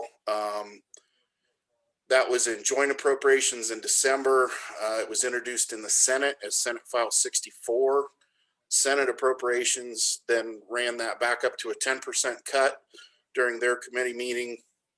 It passed the Senate in that form, went to the House during the if you haven't followed the legislative session, I'm almost glad for you. It's been pretty disjointed this particular year. They had a small virtual session, basically a week-long virtual session. Of course, they're going to do a month continuous starting Monday. But when that bill went to the House appropriations dropped it back to 5. The next step for it is to be read in committee of the whole in the House. There's a couple different ways that things could go in the House. There is some traction, and we have talked to a number of friendly legislators to maybe kill the bill, which if we were able to get the bill defeated completely, then the 105 would just stay in place through the second year of the biennium, and nothing would really change. The thing that we know, and that we're, that's the inevitable, is if the House passes a different version, if they pass it at 5%, whereas the Senate passed it at 10, then it'll go to conference committee, whereas representatives from both chambers sit on that committee and basically try to hammer out the difference. And usually it ends up at sort of a somewhere in the middle compromise, so like 7.5%. That's not really anything that we like either. So right now our efforts are going to be as it travels in the House. We really need to get it amended. That amendment passed in committee to drop it back down to 5%. So in committee of the whole, we've got to get it amended first, so that if it does pass, we at least have it back down to 5. So things will probably very rapidly turn from supporting the amendment to opposing the bill. Basically is where we'll have to, that'll be the machinations of how WAM has to approach that. Because we don't want it to pass with any more than 5 out of the House, but if we can kill it, we will most definitely probably be angling for that. So that's where the 105 is. We have gotten warnings. The legislature, and especially the Senate side, has been very clear in appropriations that they don't see the direct distribution piece being something that travels forward in its current form. There's some talk about looking at the Madden formula, which is the distribution formula that 105 million is divvied out through. It's very intricate. It takes a lot of things into consideration. So, but what they're mainly focused on is the smaller communities. We've got some of our smaller communities where direct distribution is 20-25% of their general operating budget, or their general fund, that they're, so to lose that would be catastrophic for those small communities. The legislature understands that. They don't want to be in the business of bankrupting towns. Obviously, that would be pretty ugly politically for them too. So they're trying to figure out solutions where, there's a possibility that some of the bigger cities might be weaned off, because they do have more taxing capacity. They do have more ability to generate revenue. And they did some of that this last session too. Senator Eli B. Bout, introduced an amendment that changed the calculus of the Madden formula a little bit. They gave more money to smaller towns and took some away from your bigger cities. So it's one of the biggest things that we have to follow pretty much every session is WAM, because it is so critical to so many of our communities, to all of our communities in one way or another. But it is becoming a more and more difficult conversation with the legislature each year, because at this point, there's no funds coming in that fund the direct distribution. It is 100% coming out of the legislative stabilization. I'm going to forget the R. The LISRA. That particular account is a backstop for so many things in the state budget, whether it's schools.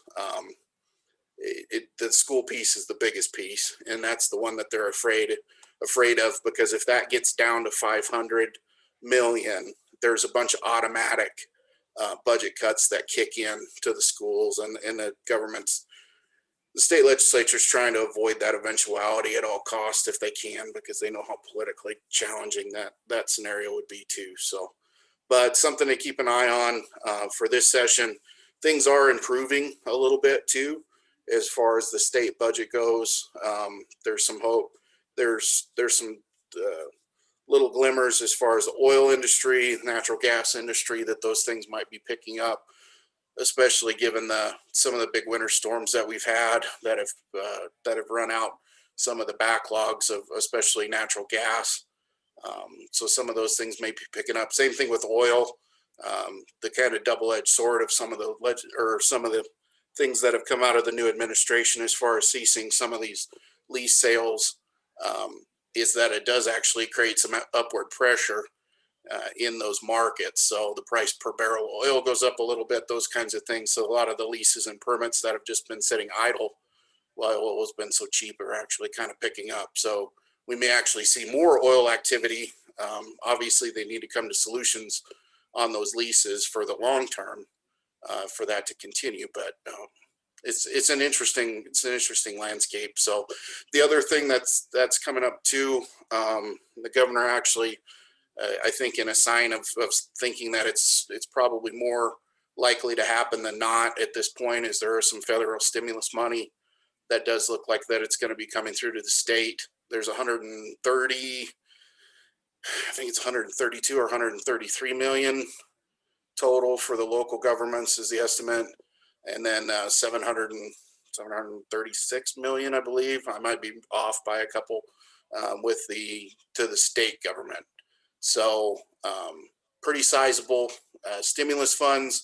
What's different about these as opposed to what was divvied out to the states for CARES Act is these can be used for revenue replacement, which obviously all of our communities have got revenue shortfalls in the last calendar year. So it is based purely on per capita, or very closely on per capita. Some of our smallest towns like Lost Springs, I think it's $888 is what's allocated, whereas some of our biggest cities like Cheyenne and Casper, I think it's 11 million and 10 million respectively is what will be allocated to them. So those funds will be coming in. Obviously, the state's getting, nearly $750 million in those stimulus funds too. So it'll be very interesting to see when that becomes guaranteed, I guess, or when it actually passes. It sounds like the House of Representatives was going to vote on that this afternoon. The Senate's going to take it up next week.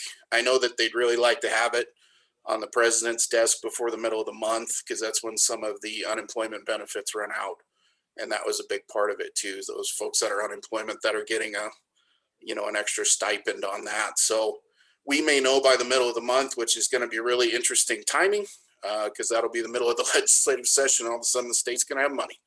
So there could be a run for the gate when it comes to some of these programs that have been cut, or that, that there's some proposed cuts to, those kinds of things. It's gonna make for a very interesting political calculus when you're telling people they have to be laid off, and all of a sudden you got $750 million dropped in your lap. So it'll be interesting. It'll be fun to watch if the legislature's fun to watch. But so yeah, that's where direct distribution sits. And I don't. Well, this is a topic. Go ahead, Joe. Go ahead. I was going to say, this is a topic that is complex, and just trying to get a quick update on anything is impossible. And so I'm just wondering if this isn't a topic that we shouldn't find a way to keep current annually, and maybe even look at redoing this so that we look at what the actual numbers are each year and focus on that. Sure, you bet. All right, I don't want to, obviously, we do have the secondary presentation here, so I do want to go ahead and get that going. Our WAMCAT representatives have been very patient. We appreciate them being here with us today, so we will get rolling with that. Councilman Kinney, I do see your question. I'll probably drop you an email on that and elaborate just a little bit. So, but I'll get some information to you. But with that, we do have several representatives from WAMCAT. I see Penny Robbins, who's the WAMCAT president, Kathy Lenz from Sundance, who's vice president, Kelly Millar from the town of Upton. I see Angela Johnson from Matitsi, and Teresa Montgomery from Rolling Hills. Am I missing anyone? I don't think so. Everybody there. Thanks, Kathy. You bet. So do you want me to just go ahead and get started, Justin, then? You bet. Go ahead and take it away, Penny. Thank you. Okay. So for everybody here, I'm just going to say a couple things. I'm going to turn it over to Kathy Lance because we've had internet problems here, and actually this has been going in and out for me. So Kathy Lance is actually our past president, and she's actually the member of WAM. She represents the WAMCAT on the WAM committee for us. And then also Angie Johnson from Matitsi is our vice president. She's also in charge of all of our education. And then I have Kelly Millar from Upton. And then Teresa Montgomery is Rolling Hills. She's our treasurer, and she's in charge of our website and our e-blasts and all that good stuff. So I'm just gonna let Kathy take it so I don't lose you right in the middle of something. And then those girls all have a really good plan on how to get all this information out. So go ahead, Kathy. Thank you, Penny. Thanks, Justin. Thanks, Joe, for letting us come and jump in on your presentation today. It's always nice for us WAMCAT members to be able to get our faces out there to introduce ourselves to everyone. As Penny said, I'm the past president of the Wyoming Association of Clerks and Treasurers, which is WAMCAT, but we like to refer to ourselves as the cool kids. So feel free to, call us at any time, and we will respond to that. That is our code name, is the cool kids. WAMCAT is a tight-knit group of clerks and treasurers who are very passionate about our communities. WAMCAT is a sister organization to WAM, and we're here not just for your clerks and treasurers as their education and support group, but we would also like to be here for the mayors and the council. If you have questions, we have a great e-blast system that Teresa is going to go over with you. So we're here for you. Like I said, we're a sister organization to WAM, and that is our purpose, is to just improve the state of Wyoming.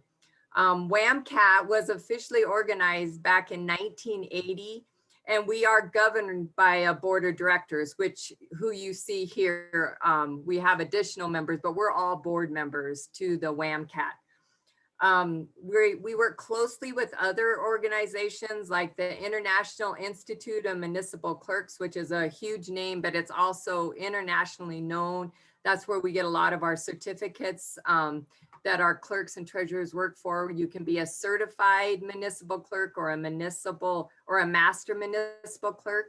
And our vice president, Angie Johnson, is our education chair, and she's going to jump on here and explain more of our education program to you also. We also work with the Association of Public Treasurers of the United States and Canada. That's our treasury side of it that we've really built up in the past few years. We work really hard on cash handling, and like Joe talked to you about, it's so important that you're involved in, you know, what's happening with your budget and your money handling and your best practices that your clerks and treasurers are using. So APT, we call them, and they are a great source and good training for your clerks or treasurers.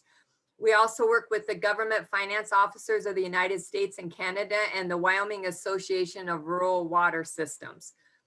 WAMCAT is dedicated to the continuing growth and education of all the Wyoming municipal clerks, deputy clerks, treasurers, finance directors, and officers and support staff through the workshops and conferences, including our annual institute that we put on.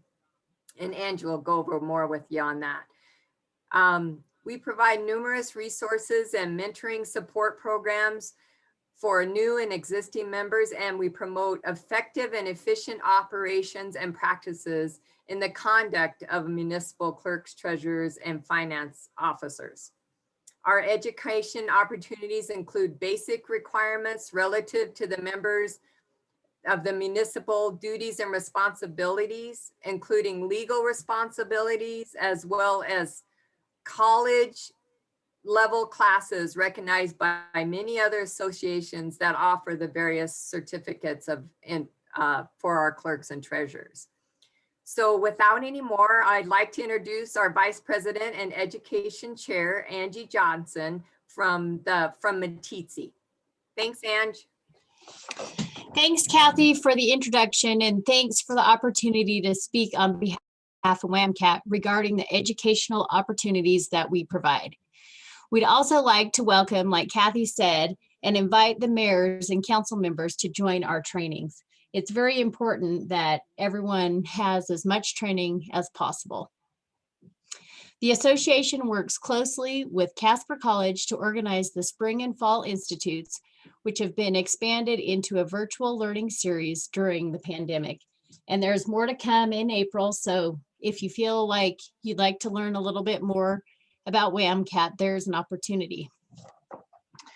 Through WAMCAT, Casper College has partnered with IIMC, like Kathy said, and APT to incorporate these organizations' certificate programs, such as the Certified Municipal Clerk and Master Municipal Clerk designations. And not only that, through APT, we have the Certified Public Finance Administrator or Certified Public Funds Investment Manager, which both have advanced certifications. And these are only a few of the certifications that are available that WAMCAT partners with. WAMCAT also partners with the state of Wyoming entities such as the Liquor Division, the Department of Audit, and the Wyoming Association of Rural Water Systems to provide the most up-to-date educational opportunities. For more information on certifications and trainings, you can visit our WAMCAT website at wamcat.org, which Teresa will walk us through here in a little bit. But for now, board member Kelly Millar from Upton will provide the information on the scholarship opportunities. And thanks a bunch. Thanks, Angie, for the introduction. I'm Kelly Millar, Clerk Treasurer for the town of Upton, and I do the newsletter for the WAMCAT board and serve as a director.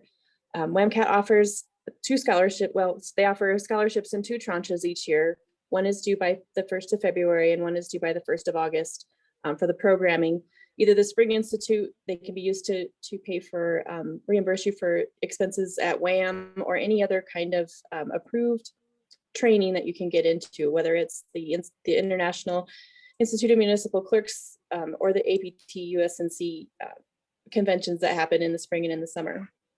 Applications need to be received again by the 1st of February or the 1st of August. So before you've attended any, before you've attended any of the conferences or the course offerings that you're looking at.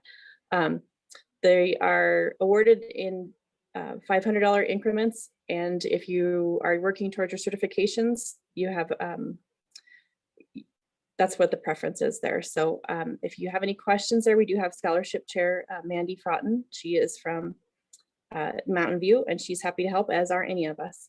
And without further ado, I'll give it over to Teresa Montgomery to talk about the WAMCAT website.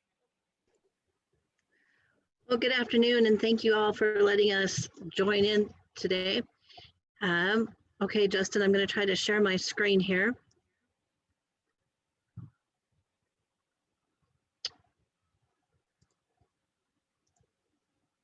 All right, hopefully you can all see this.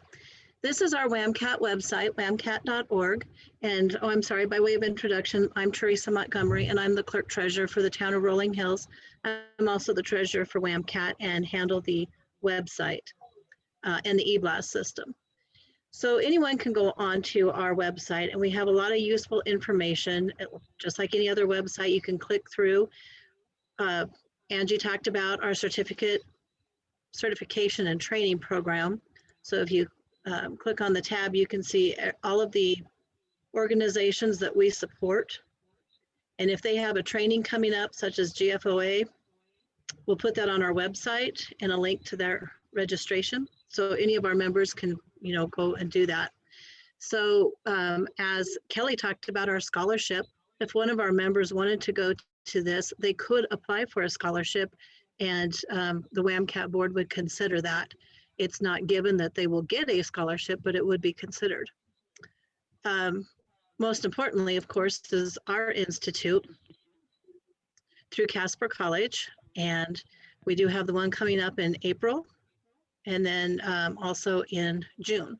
So make sure your clerks, treasurers, and support staff get on there and attend our training. It is virtual, and we would love for all the council and mayors to attend as well. Our WAMCAT board, this is an introduction to everybody and all of our contact information. Should you have any questions on our organization or training or the scholarships, please contact us. And then we do offer some helpful links. Looky there's WAM and the Department of Audit. We talked about them. We also offer some publications, our bylaws, past minutes, newsletters, Wyoming statutes. But what's really great about our program is our membership.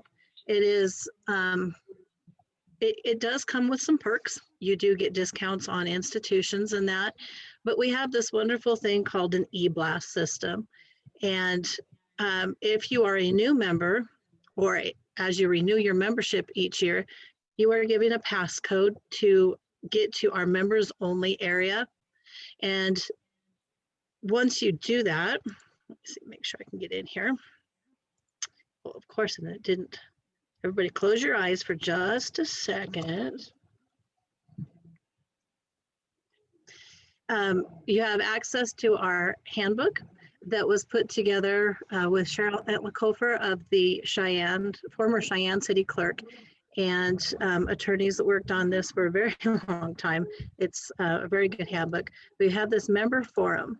So our eBlast system works like this. If you have a question on any issue, enter it into the submit an eBlast, and we send it out to all of our members. And then all of our members can reply to the individual who sends that eBlast. So, and then all of those replies are also put in this area for, so we can refer to them at any time. So you can see that we have a lot of eBlasts throughout the years, and we go anything from buildings, cell towers, community, council pay. I bet you're all interested in that. I'm not going to click on it. And then we go into drug testing, elections, employment, fees. We go into liquor divisions, anything having to do with your liquor license, meetings, attending meetings. Do any of your council attend by, there's something in here about your laptops and telephones and all that too. Municipal court. A lot of us are also municipal court clerks as well. So that is another training that we offer. We go into personnel and policies. So how this works is, let's say you have a question on vacation and accrual limits. Find out on your policy, well, this person asked in January, does anyone have a vacation policy? And you can read the rest of this. And then towns come and respond. So Riverton responded, Grable, Medicine Bow, Powell, Guernsey, Thermopolis, Laramie, Torrington. These are their written responses. And then some of them and other cities and towns also actually gave their policies. So as a member of WAMCAT, why reinvent the wheel? If I need to do this policy, here is my information right here. I can pull it up, cut and paste how it works to our town, send it to our attorneys and our counsel, and we're set. It's a great tool. So it's something that we're pretty proud of. We also have a mentoring tool. And if you are a new member and want to, you have any questions and you want a mentor of some sort, we have that available. I believe that's in our certificate and training as well, our mentoring program. So it's kind of neat. You can sign up as a mentor, or you can sign up as a mentee if you need some help. So it's a neat program. WAMCAT is a great organization. And I guess with that, I'm going to send it back to Kathy for anything else, any other comments that she has. Or if you have any questions on our website, let me know. Thank you. That was a great job. Teresa's right. Our e-blast system is invaluable to you as council and mayor. If something comes up that you want to know, we shoot it out to all the communities, and it's a fast system also. So we want to make sure that you use that, and we just hope that when you go home that you'll talk to your clerks and treasurers and make sure they are a member. A membership is $65. It's a great value, and we're here to help with anything we can. And Justin, we like to be a great source for Justin to be able to call when he has questions from other communities. So if there was any other questions, I would be glad to answer those also. Other than that, that's all we had, Justin. Thank you so much, Kathy. Yeah, I would reiterate what Kathy said and reinforce that to the, you know, and especially in your smaller towns too, in the very smallest of towns where you maybe don't have a deputy clerk or anybody to fill in that position. Still, I would still say to encourage them to participate in WAMCAT. Obviously, in times of COVID, there's some virtual components, especially to the Institute, that have been implemented that would allow them to participate a little more actively. But even once we return to more in-person events, you know, if you can help facilitate your clerk treasurer to be able to go and take advantage of some of these training events, it pays such dividends in the long run for them to, you know, to gain that extra experience and knowledge base, be able to serve your community and help you in your role as an elected official just that much better too. So, yeah, I would. WAMCAT's been incredibly helpful to me in my 2.5 years with WAM. They do amazing work, and I'm always impressed with how well they work together for such a large and spread out group across the state. So kudos to them, and we were very happy to be able to have them come and have a little bit of a forum this afternoon. So thank you again, everyone. As far as the boot camp goes, we've got one more week. We're in the home stretch. Next week, Joe's going to talk specifically about revenues and expenditures, go a little more in depth on that. So a little bit of a deep dive on some of the stuff he touched on a little bit and the budgeting. And then in the second half next week, we'll be joined by Dustin Blyzeffer from Wildfile to talk about media relations, how to work with the press as an elected official. So looking forward to that presentation as well. So I hope everybody has a great weekend, has a safe weekend. Hopefully the wind stops blowing. We can all enjoy the outdoors a little bit more without it hurting our face. And we'll see you next Friday. Thanks again for coming.